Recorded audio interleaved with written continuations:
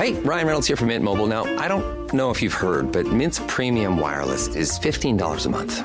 But I'd like to offer one other perk. We have no stores. That means no small talk. Crazy weather we're having. No, it's not. It's just weather. It is an introvert's dream. Give it a try at mintmobile.com/switch. Upfront payment of $45 for 3-month plan, $15 per month equivalent required. New customer offer first 3 months only. Then full price plan options available. Taxes and fees extra. See mintmobile.com. Most people overpay for car insurance. Not because they're careless, but because switching feels like too much hassle. That's why there's Jerry, your proactive insurance assistant. Jerry compares rates side by side from over 50 top insurers and helps you switch with ease. Jerry even tracks market rates and alerts you when it's best to shop. No spam calls, no hidden fees. Drivers who save with Jerry could save over $1,300 a year. Switch with confidence. Download the Jerry app or visit jerry.ai/ACAST today.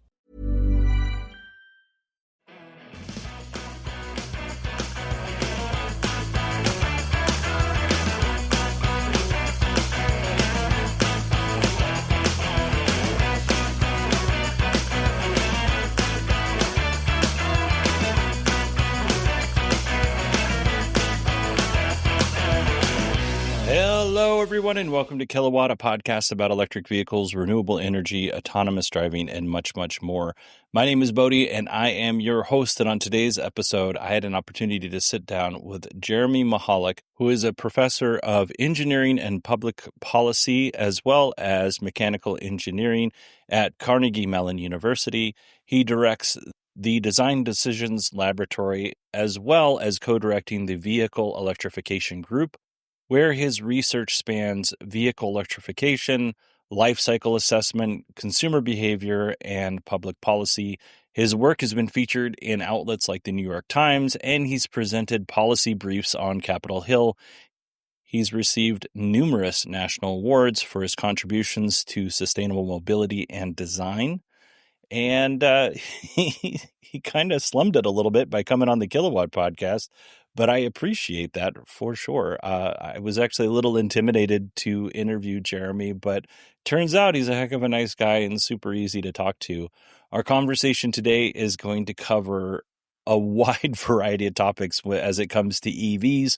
I'm talking, we start off by talking about China, and then we talk a little bit about battery materials, and then we get into public policy. And I do want to say, for anybody out there who wants to turn public policy into something that's political, we're not talking about politics. We're actually discussing policy. So please don't email me about politics, because all we're doing is discussing the policy.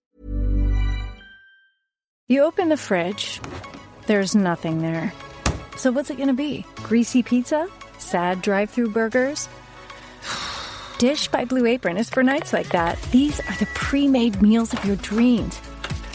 At least 20 grams of protein, no artificial flavors or colors, no chopping, no cleanup, no guilt. Keep the flavor. Ditch the subscription. Get 20% off your first 2 orders with code APRON20. Terms and conditions apply. Visit blueapron.com/terms for more. Hey, Ryan Reynolds here from Mint Mobile. Now, I don't know if you've heard, but Mint's premium wireless is $15 a month. But I'd like to offer one other perk. We have no stores. That means no small talk. Crazy weather we're having. No, it's not. It's just weather. It is an introvert's dream. Give it a try at mintmobile.com/switch.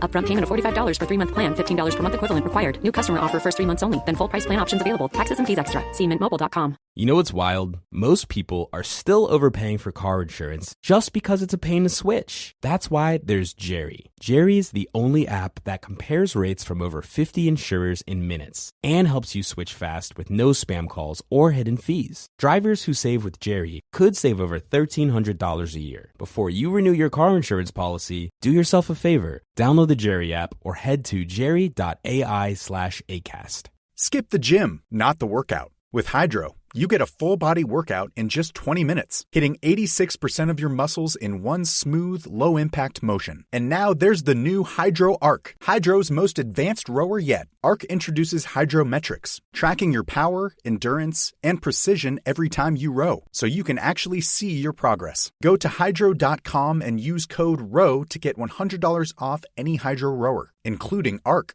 That's HYDROW.com, code ROW. See.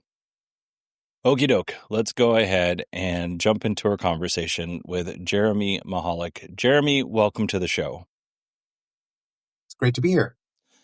I am really looking forward to this conversation, and we are going to, I think we have a theme for the conversation that we're about to have. We're going to kind of start at the beginning of EVs in terms of recent history with China, and then we're going to kind of work our way down to recycling and reuse. So, starting with that, how did we end up in the current situation that we're in? You know, like in the 80s, Japan, just their auto industry just kind of folded into the United States and Europe, and they became very dominant. And now we're seeing the same thing happen with China, and to a lesser extent, Korean automakers as well. How did we get here? Yeah, the way I think of this is that as China was rising, it really wanted to break in and become one of the big auto producing nations. I mean, really it was the US, EU, and Japan were, the big ones, and China was really interested in breaking in. So they had a bunch of strategies, and one of them was, if you want to sell vehicles in China, you have to form a joint venture with a Chinese firm so that the Chinese firm can learn about all that's involved in actually producing viable vehicles and managing the design and production process and all that stuff. So China did that, but it was really hard to catch up. I mean, we've got 100 years of figuring out how to make internal combustion engines work, all the tolerances on the pieces and the controls and everything. Is a lot of engineering. So what changed is that battery prices really came down, and China saw an opening. Hey, if battery prices get cheap enough, electric vehicles can become real competition for gasoline vehicles, not just in these little niche areas, but across the board. And so the thing about electric vehicles, they're just a lot simpler to engineer. Battery, motor, a little controller and some thermal management, and you've got a vehicle. So China invested very heavily, did a lot of experimentation, a lot of incentives, both at nation level and local level, to produce batteries and vehicles, just as their market was taking off, and all these first-time car buyers were becoming auto owners. So they really positioned themselves well for this transition. And then once battery prices came down, as we started to learn how to make batteries better and cheaper, we're sort of the transition's now underway, and they're in a very good spot in terms of how much they control. Do you know what the incentives are now? Because I know early on they would the Chinese government would give either really low interest loans or just give them money to build a factory, give them they could lease the land for like $1 for 30 or 40 years. Do you know what the incentives are now? Because we're seeing BYD and XPeng and, NIO is a little bit different because they're more a luxury brand, but we're seeing all these companies from China come in, and they're still able to sell a car at $12,000 US, which is insane. And it's a decent car. It's not a car. It's a car that you could be okay driving. Yeah, the incentives there's still large incentives in China. They're not as large as they used to be, as you mentioned. And it's not only in China. China has done, Chinese firms, some of them state-owned firms, have done a lot of investment in the supply chain. So in other countries like, say, Indonesia, where a lot of the nickel is produced, there's a lot of Chinese involvement or in the Democratic Republic of Congo, where a lot of the cobalt is produced. There's a lot of Chinese firms that dominate parts of that supply chain, and then the minerals go to China for refining and processing into batteries. So I think there's been a lot of investment, and some would say overcapacity. Many would say, I think, overcapacity, that there's actually more capacity to build than what we need, and that drops prices, which makes it hard for a lot of people to compete. So if you have the state kind of backing this in the meantime, taking the hit on prices in the meantime, you can engineer this dominance that's happened. Yeah, it like when I first looked into why China was so dominant in the EV space, one is they have a lot of the natural resources you need. Two is the ones that they didn't have, they made those contracts and went out and made those steps to get those materials very early on, like you said. What happens? Like I talked to are you familiar with the organization Lead the Charge? No, tell me about it. Okay, they do this great kind of report card on automakers every year, like how well you, uh, in terms of indigenous population, in terms of like environmental impact, and they just do this big report card. And at the moment, I'm blanking on a lot of what's in there, but I talk to them every year, and we know, I mean, just from the news and everything, but the Democratic Republic of Congo has a lot of human rights violations, just in general, just getting the materials that we need out for batteries, not just for EVs, for all batteries. We know, Russia is currently at war with Ukraine, but not all of the nickel comes out of Russia, but I think it's like the second most amount of nickel comes out of Russia. So when we're looking at potential disruption vulnerabilities, kind of got the same thing going with South Africa with the manganese. How does that affect the supply chain? Yeah, it's a really big deal that so much of the supply chain hinges on what a single country is doing. Um, so when it comes to the kinds of rare earths that we put into electric motors, that's where China actually has a lot of them in the ground. I mean, there are rare earths across the globe, but China has this like cost-effective, way of not necessarily environmentally great, but way of extracting lots of rare earths. And so they do have special deposits, in their own soil. I think when it comes to the materials that are used more in batteries instead of the motors, those are things like nickel, lithium, cobalt, and manganese. It's not really that China has the raw materials. I mean, they don't particularly. Um, the lithium is extracted a lot in Australia, and there's large deposits in South America. Uh, Cobalt is mostly in the Congo, manganese in South Africa, and nickel primarily in Indonesia. That's the largest producer. And so it's not like it's all in the ground in China. It's that, as you said, China has invested in having Chinese companies be part of those extraction operations. And then once extracted, the materials are shipped to China and they get refined in China. And so then China becomes the dominant supply of those refined materials that are needed to make batteries.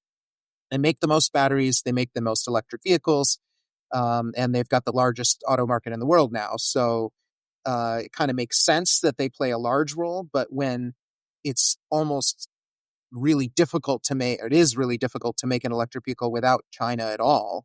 And so that means that what happens in China affects the entire industry in a pretty heavy way. So I mean, there's a wide variety of things that could happen that would lead to vulnerabilities. What if there's a natural disaster? What if there's another pandemic? What if there's a political collapse, or the geopolitical strategy? China decides as part of the way of playing the geopolitics game that they're going to restrict supply. All of those things, there's a lot of impact that happens if there's a restriction of supply from China. Yeah, and then that kind of leads us into, so with how do I put this? The Inflation Reduction Act, it just went away, right? Or it's going away in 13 days from the time we're recording this.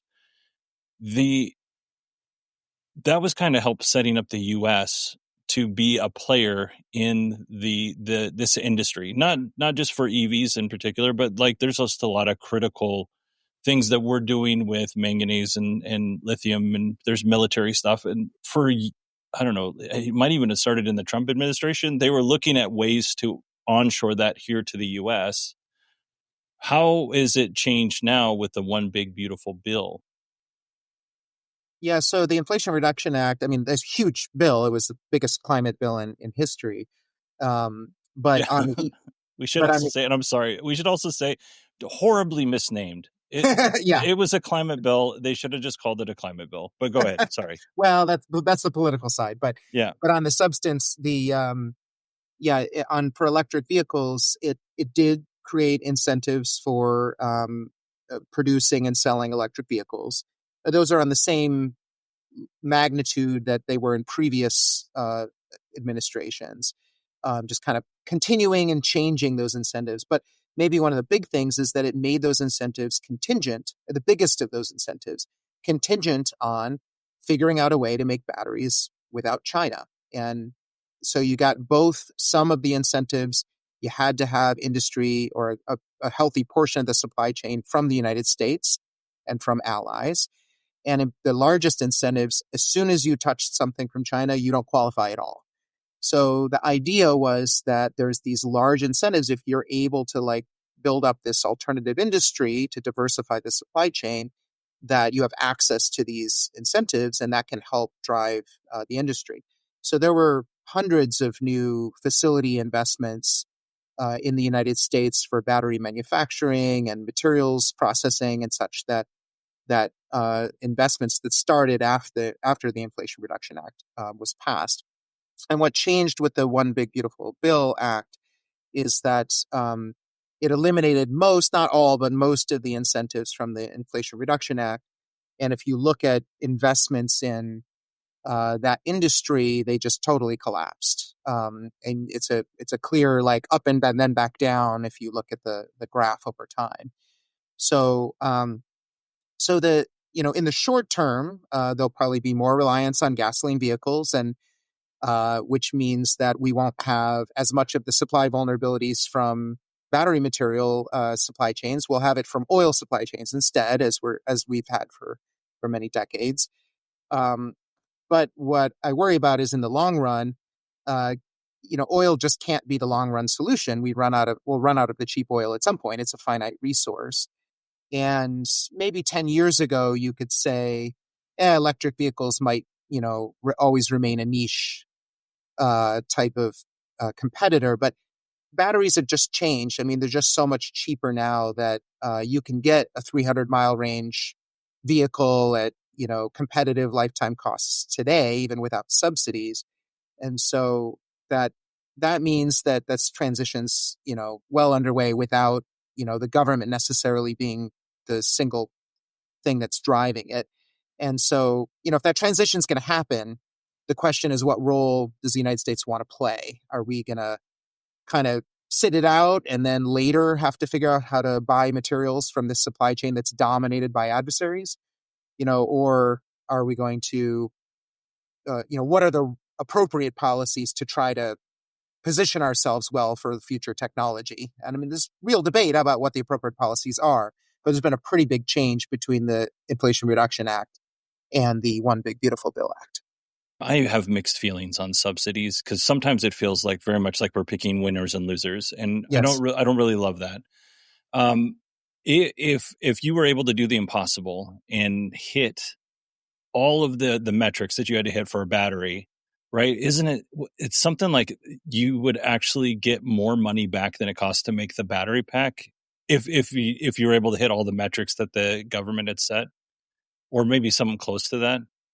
That's right. So the subsidies in the Inflation Reduction Act were quite large, and if you could qualify for all of them, which I don't think any automaker was able to do. I mean, it's very difficult to qualify simultaneously for all of them. But if you did, you could get more in subsidies than the cost of actually making those batteries. So that might sound excessive. I mean, certainly if those were long-term subsidies, you'd say, why are taxpayers paying for those the production? But I think the goal was that if those incentives are large enough over this transition period to get the industry started, then you'll have the infrastructure built, the jobs, the positioning and the competitiveness in the global market to be able to continue to play and compete in the global EV market. I mean, I've heard colleagues say that the American automobile industry is at real risk of becoming a small regional player, if because of this kind of shift, if there's not enough, competition with where the global market is going. And so I don't think that's really in the best interests. So I think totally fair to say, where should taxpayers, be paying for this transition? I mean, some people might say not at all. Some people might say we have to be smart about it.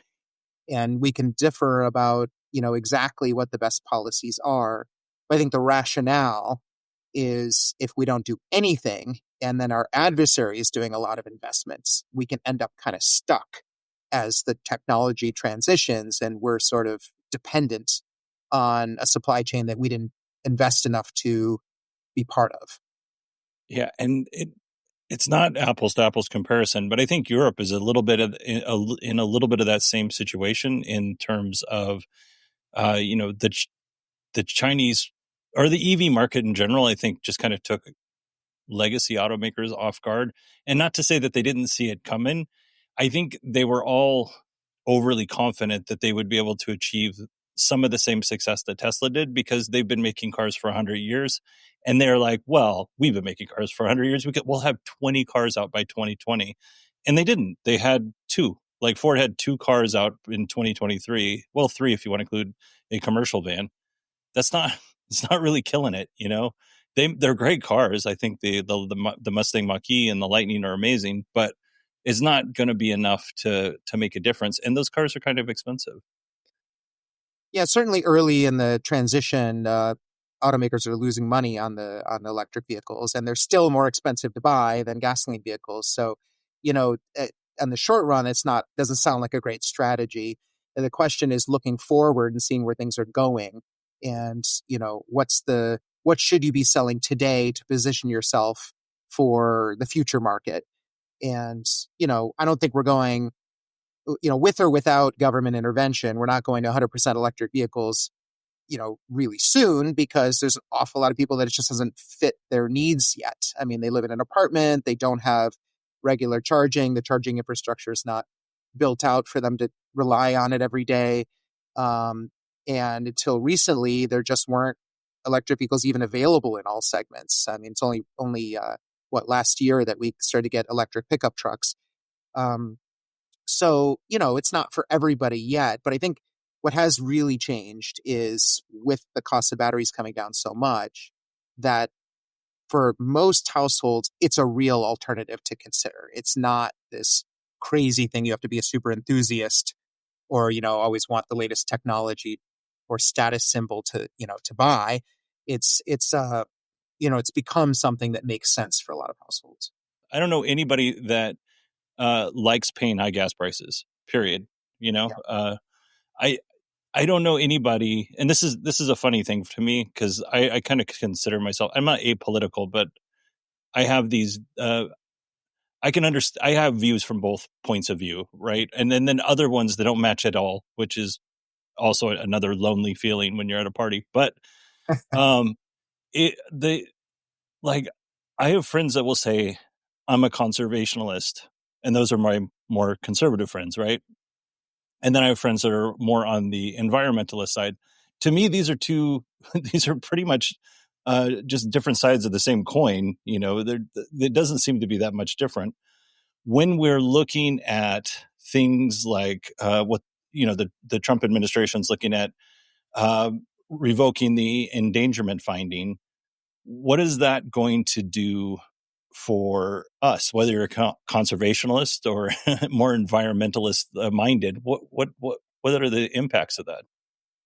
Right. So the endangerment finding is the finding by the Supreme Court that it's finding by the EPA that was approved by the Supreme Court that greenhouse gas emissions are air pollutants under the Clean Air Act. And if they're air pollutants, then EPA has a duty to regulate them. And so it's under that basis that they developed their greenhouse gas emission standards for cars and trucks. And that's both cars and light trucks, like all the vehicles we drive around, and it's also medium and heavy duty trucks, like used for freight. And And so we've had those standards under the previous several administrations. The stringency of the standard has generally increased under the Obama administration and loosened under the Trump administration and increased again under the Biden administration. So the stringency has varied. But what's happening differently now is that their EPA has proposed to revoke that finding. And since that's the basis for regulating greenhouse gas emissions, if the finding is successfully revoked, they just won't have a legal authority to regulate greenhouse gas emissions at all, including for vehicles. And so, go ahead. I'm sorry, go ahead. Yeah, so I mean that's a big deal, not only in terms of the question about powertrain technology, like are we going to transition to electric vehicles and how quickly, but also even within the gasoline vehicles that we already have, those standards are a big part of the reason that we've been improving vehicle efficiency and reducing emissions over time. And if they, if those standards are revoked entirely, then that would, then that point of pressure for trying to make vehicles more efficient over time would be lost. And it also could create kind of a chaotic situation because state governments like the California state government has their own standards, and that's been challenged by the federal government this year. But they have their own efforts to create a cleaner vehicle fleet in that state. And it's very difficult for automakers when they have different standards in different states and the federal versus the state level.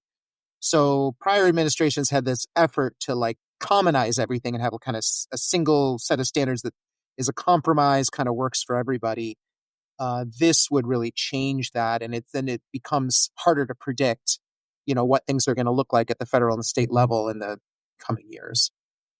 Is this endangerment finding, is this the same thing that, because the government recently reduced the penalties down to 0 for auto manufacturers that didn't meet certain standards, does that fall underneath that, the endangerment finding, or is that something completely different?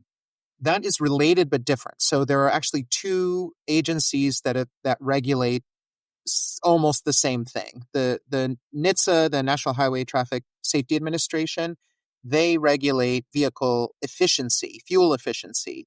They have that authority from the the Policy Conservation Act from the 1970s, which was a response to the oil crisis. So when OPEC turned off the tap and restricted supply and oil prices shot up, people were waiting in line at gas stations to try to fill up their vehicles and lawnmowers and such.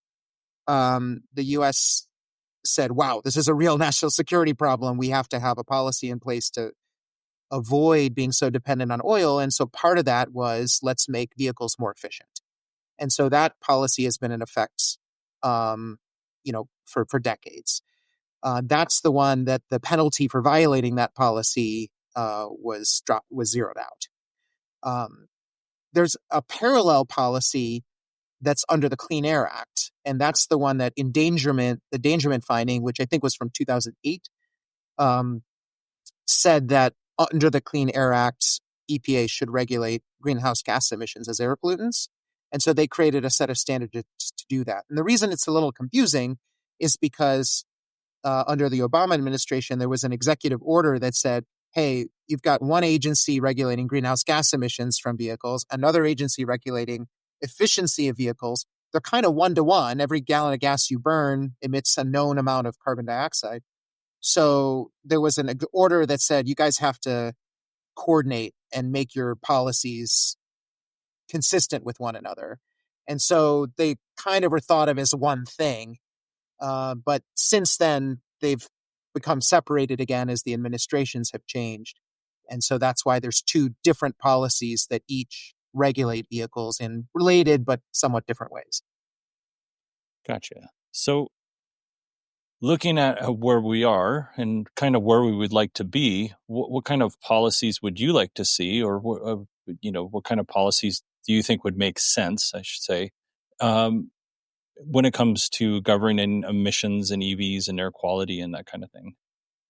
Yeah, I think, from economists generally, when they look at this, the question is when when policy intervention is justified, is when the market fails to deliver what society wants. So markets are great. They often deliver, they manage supply and demand automatically. They often deliver a lot of things that society wants. But there are known conditions where markets can fail to do that and deliver the things that society doesn't want. And so that's where there's justification for policy intervention.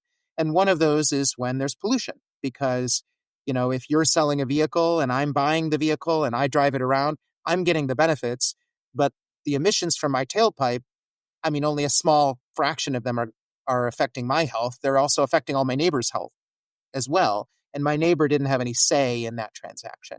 So that's one of the places where markets fail, or when people make transactions and those transactions affect other people who didn't have any say in the transaction. So the standard way or kind of the best way to fix that is to figure out how much damage you're causing to those neighbors and then price that in. And so ideally, we'd have some policies that priced in the costs that we're causing to other people when we emit these pollutants. Sometimes we're able to do that or something like that. Sometimes we have other policy mechanisms, but we can kind of tune them to how strong the policy should be is related to how much damage we're causing to other people. Cardiovascular and respiratory disease when we emit standard air pollutants, climate change related, effects to health and the environment, human health and such, when we emit greenhouse gas emissions. So I guess ideally, we're not just randomly making up policies that say, I like electric vehicles or I don't like electric vehicles. What we're trying to do is let the market do things the market does well and look for the places where the market's failing to deliver what society actually wants and do some corrections there. I think that's kind of the main answer. The thing that complicates that is at the same time we're trying to compete with adversaries like China, who are strategically investing in gaining power on industries that they see as being dominant in the future.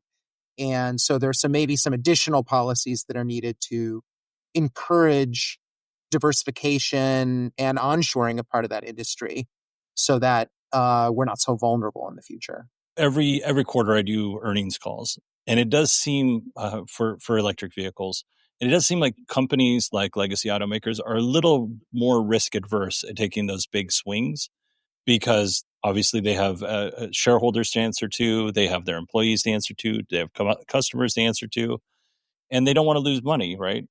How do we encourage industry to make those swings without necessarily going bankrupt? Right. One of the nice things about the greenhouse gas standards that are currently being challenged by this endangerment finding revocation, one of the nice things about them is that they are technology neutral. So they don't require automakers to make any particular technology like electric vehicles. They just say overall, your fleet has to get better on how much greenhouse gas emissions it's producing. In fact, it even has allowances for if you sell mostly pickup trucks, you're allowed to emit more. Pickup trucks generally emit more, whether it's electricity charging from the grid or gasoline or diesel. And it allows for that. It says you don't have to force people into smaller cars or that might not fit their needs. It's just within every category of vehicles, you've got to find a way to reduce your emissions over time. And it lets automakers decide which way is going to be most competitive for the kinds of vehicles that they sell. So those kinds of policies that have flexibility built in can be really efficient at achieving the goal while allowing industry to figure out the best way to achieve the goal. Okay, I like that. When it comes to end of life for the battery packs, if we can get back onto EVs here, when it comes to their end of life, I'm a big proponent of the recycling, right? Like a lot of this stuff can be recycled and reused into another battery. It's already battery grade. Maybe it can't go into an EV for whatever reason. Maybe it's got to go to something else, but it still can be a battery. It can still be useful. It's just not going to go into a landfill. That's one way to reduce our reliance on other countries. Can you talk about that a little bit? Like, what have studies shown when it comes to recycling and reuse of the batteries? Sure, absolutely. So I want to contrast this with what we do today, which is we import oil. I mean, we make our own oil as well. In fact, a lot of it today. But still, oil is sold on the global market. So the price is determined by sort of global supply and demand. Um, and so with the vulnerability is still there that if oil supply drops, prices will rise, whether we're making the oil or we're buying the oil from importers. So the thing that's tricky about oil imports is that if you want to drive your vehicle tomorrow, you've got to buy more oil tomorrow. I mean, the what we're importing or what we're producing is the fuel. So that means as soon as there's a supply disruption, the entire economy gets hit because you can't operate tomorrow without fuel. You've got to need more fuel every day to keep operating. What's different about battery supply chain vulnerabilities is you're not importing the fuel, you're importing the materials that are used in producing the vehicle battery. And so once you've got the vehicle, the materials are in it. You don't need to keep buying more materials to operate the vehicle. You can keep moving with the vehicles you already have. So if there's a supply disruption for lithium or cobalt or nickel or something like this, it may affect our ability to build more electric vehicles and make more batteries. But the whole economy can keep driving the vehicles we have in the meantime while we're working to resolve that disruption. So I think the potential for disruption is somewhat smaller. So that was background. Now I think I've lost track of your question. Can you ask it again? Well, I don't remember quite what my question was.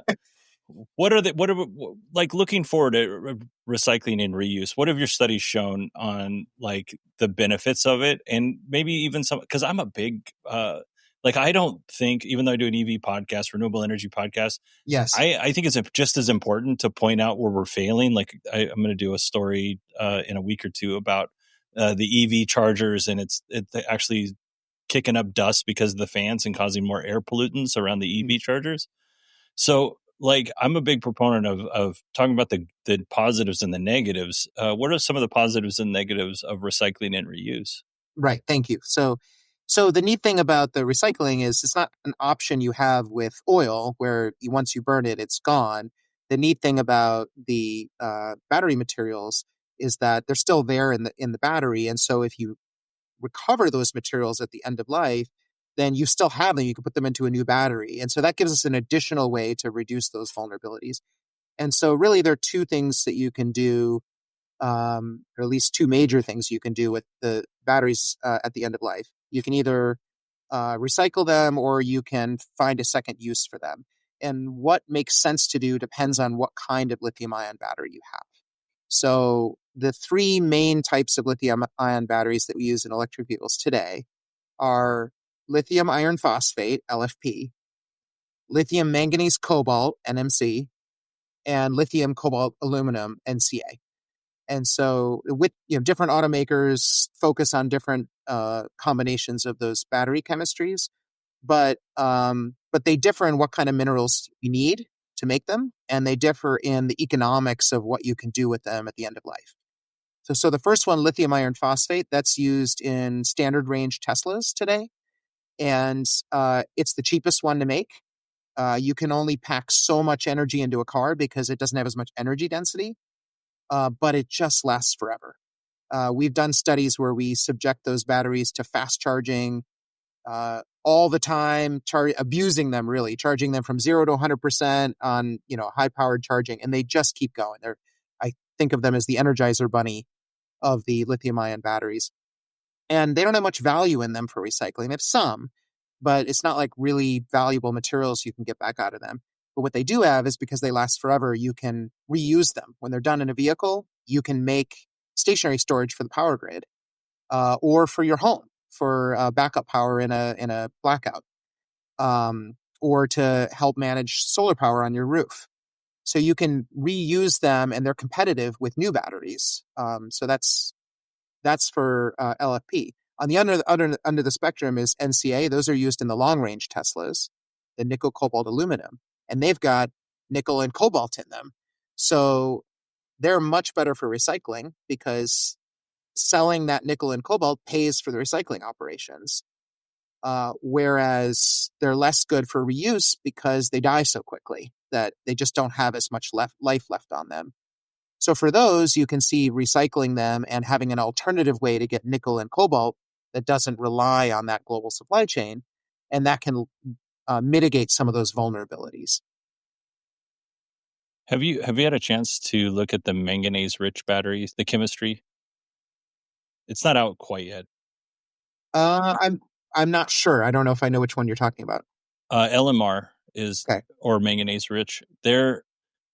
Chevy and Ford are making big investments, and it's still a couple years away. They say 2028. I say 31, 32.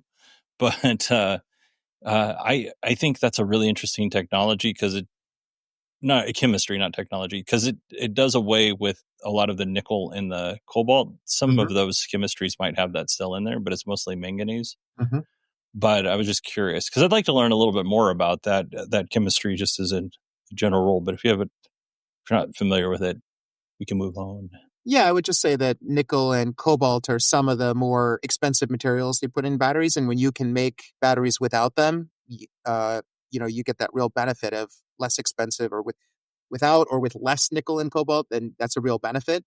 And if there weren't trade-offs, everybody would be doing it, right? There's some trade-offs, but we're doing a lot of engineering and research to figure out, can I coat those particles, make them last longer? Can I, change the microstructure? Can I introduce different variations of chemistry? So there's just an active area of trying to figure out how to improve those batteries continuously. Yeah. The dopants and coatings, that whole thing is interesting to me. Like how it's basically like, do you put ketchup on your food or do you put salt in your or MSG in your food? Yes. It's like it's that whole concept. Oh, when I learned about that, I was like, oh man, that's I didn't even think, would have never thought of this. Was why I'm not a battery engineer. Yeah, a lot of those are focused on the mechanisms of like, why do batteries degrade? Why do they get worse over time and over use? And can you figure out how to mitigate stop those mechanisms from happening or slow them down so the battery lasts longer? Yeah, or you can get a little bit faster charge, or there's just so many different little sprinkles that you can put into a battery chemistry or into the coating the cathode or whatever to make it just a much better experience for the customer, and they never know. So when it comes to where we're at with EVs, like I can tell you from early on, like in right around 2004, maybe no, it's before that, 2002, 2003, I was super into hydrogen powered cars. Obviously that didn't really happen at any great scale. And then Tesla came out with a Roadster. And I was like, oh, now here we go. Hydrogen's off to the side. We're going to go with EVs. Really, I think we're just now starting to see EVs take off. My friends who were telling me that they would never own an EV or there would never be an EV pickup truck or whatever, they are now either they own an EV or they own a hybrid or they're open to buying one. Where are we with consumers and EVs?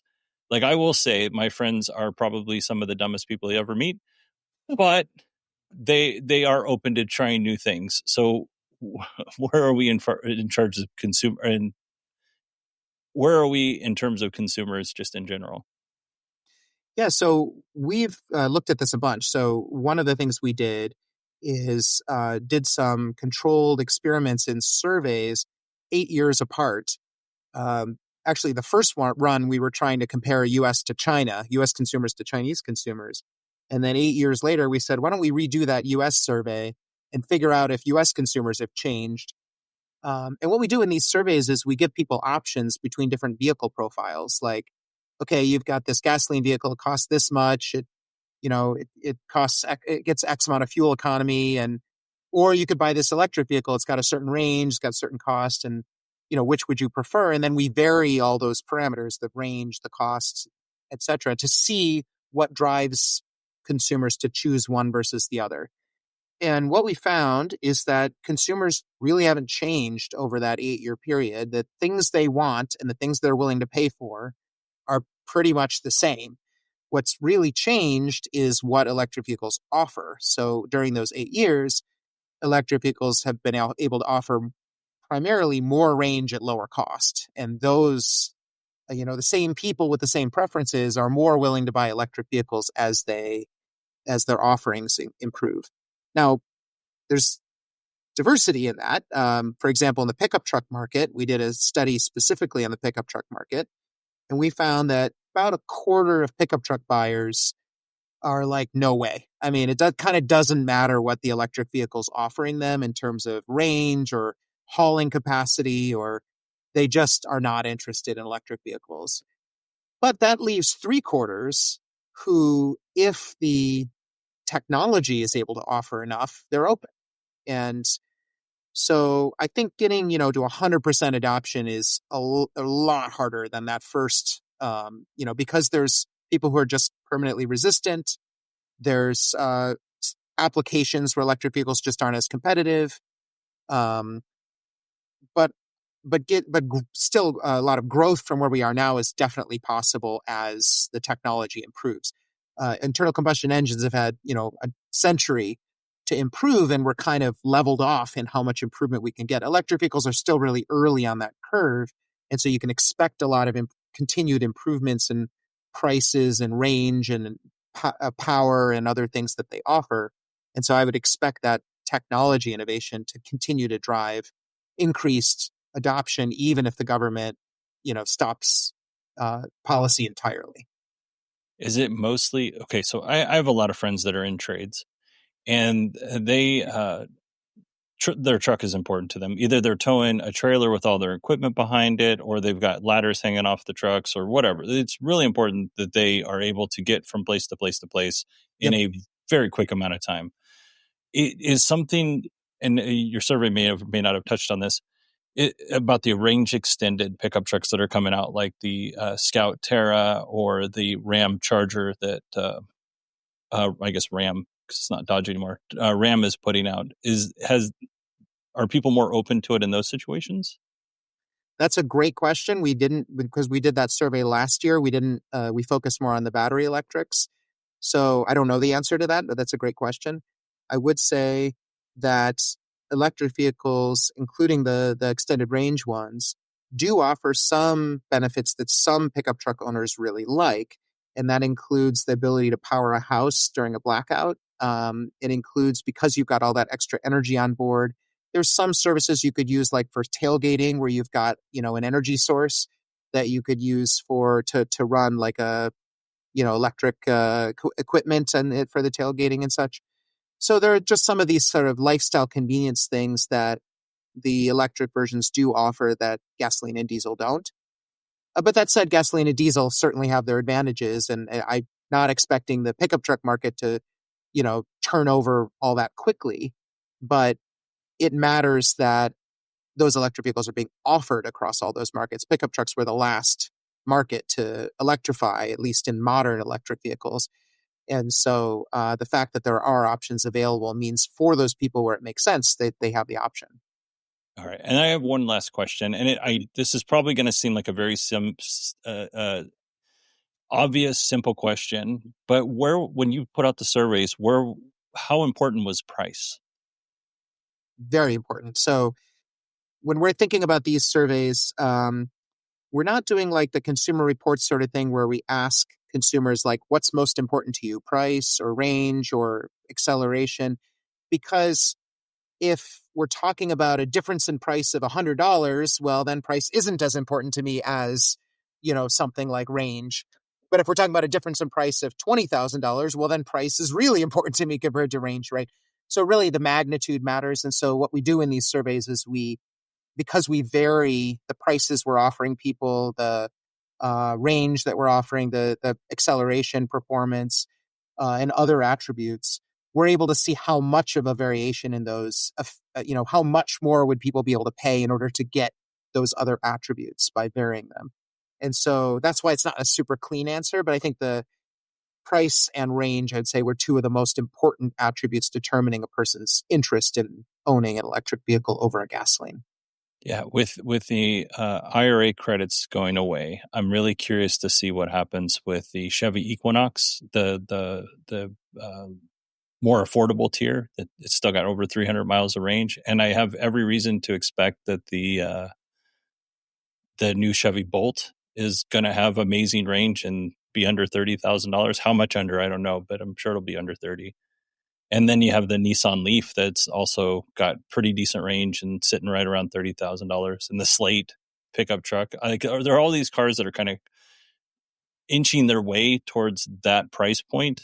And hopefully, they make it to the finish line. But yeah, I'm kind of curious as to how that will change the dynamics, because I didn't set out, when I bought my car, I did not set out to spend $50,000+ with tax and all the fees and stuff on a vehicle. Yep. And I don't think many people set out to spend as much money as possible to get, the minimum of what they would like or what they need. So I love that automakers are doing that. Do you have anything else that you would like to add that I have not covered in this chat? No, I think it's been a great conversation. I mean, the neat thing is that we're at a point in the technology where people have real options. And, an electric vehicle, I mean, some of my family members, something would just like, I'm not buying an electric vehicle. I don't want to have to deal with the range and the charging and such. And maybe it's not the right choice for them.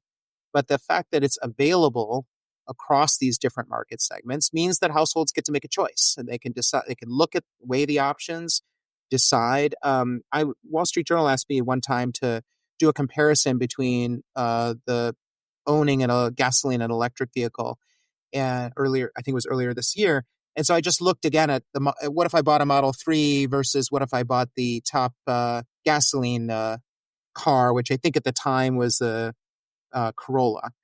Maybe it was a Civic. I think it was a Corolla.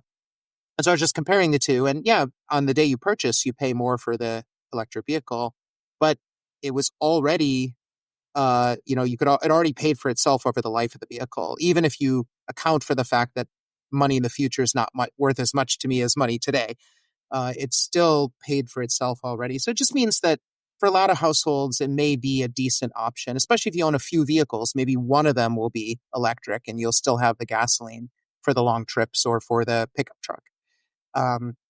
So I just think we're in a good place where consumers kind of get to weigh the options and make decisions that make sense for their household. Yeah, I'll agree. Jeremy, where would people find you if they want to catch up with what you're doing? Yeah, I'm a professor at Carnegie Mellon University, and very Googleable. My group is called the Vehicle Electrification Group, and we put all of our studies online, and I try to, on the front page, put a very accessible headline style, like what's the bottom line of what we know from our research about electric vehicles, the good and the bad, the benefits and the costs. So I think it's a nice place to go if you are just excited about electric vehicles and want to know more about, that, try to get a kind of a neutral perspective. Yeah, and your articles go back for quite a few years. So if somebody wants to do research and see what life was like in 2015, what was the earliest one on there? I can't remember.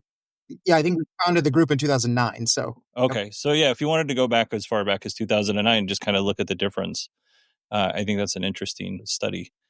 Jeremy, thank you so much for joining us. Thanks, Bodhi. It was nice talking to you. You open the fridge, there's nothing there. So what's it going to be? Greasy pizza? Sad drive-through burgers? Dish by Blue Apron is for nights like that. These are the pre-made meals of your dreams.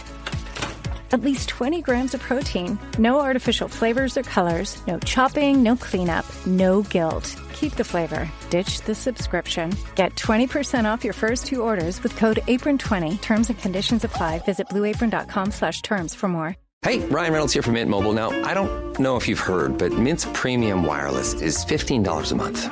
But I'd like to offer one other perk. We have no stores. That means no small talk. Crazy weather we're having. No, it's not. It's just weather. It is an introvert's dream. Give it a try at mintmobile.com/switch.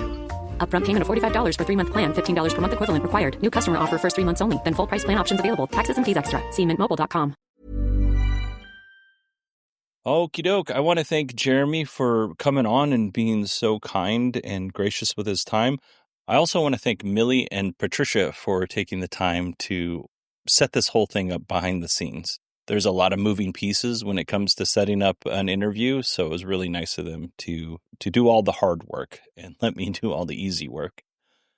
If you want to check out everything that Jeremy's doing, I'll put links in the show notes. You can also Google him. His last name is spelled Michalek, and he is right. He's easy to Google. All of his stuff comes up, or a lot of it does. I don't know if it's all of it. All right, everybody. That is it for me this episode. If you want to email me, Bodie, B-O-D-I-E, at 918digital.com. You can also find me on X at 918digital. And you can follow me on LinkedIn, which is Bodie, B-O-D-I-E, Grimm, G-R-I-M-M. And that is it for me. I hope you all had a wonderful week, and I hope you have a wonderful weekend.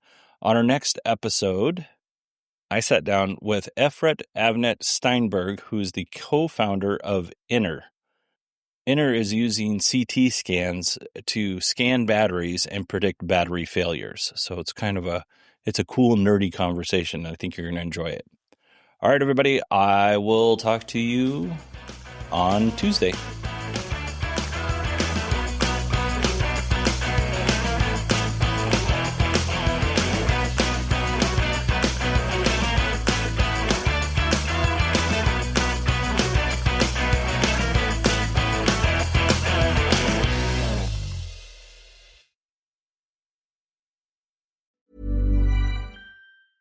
Skip the gym, not the workout. With Hydro, you get a full-body workout in just 20 minutes, hitting 86% of your muscles in one smooth, low-impact motion. And now there's the new Hydro Arc, Hydro's most advanced rower yet. Arc introduces Hydrometrics, tracking your power, endurance, and precision every time you row, so you can actually see your progress. Go to hydro.com and use code ROW to get $100 off any Hydro rower, including Arc. That's HYDROW.com, code ROW. Your business is one of a kind, so your website should be too.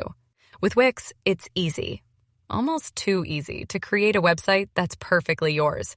Just tell AI what kind of site you want to build or choose from thousands of templates. Change whatever you want, whenever you want, and get everything you need to start running your business your way. No matter what you sell or what you aspire to be, you can do it all yourself on Wix. Go to Wix.com,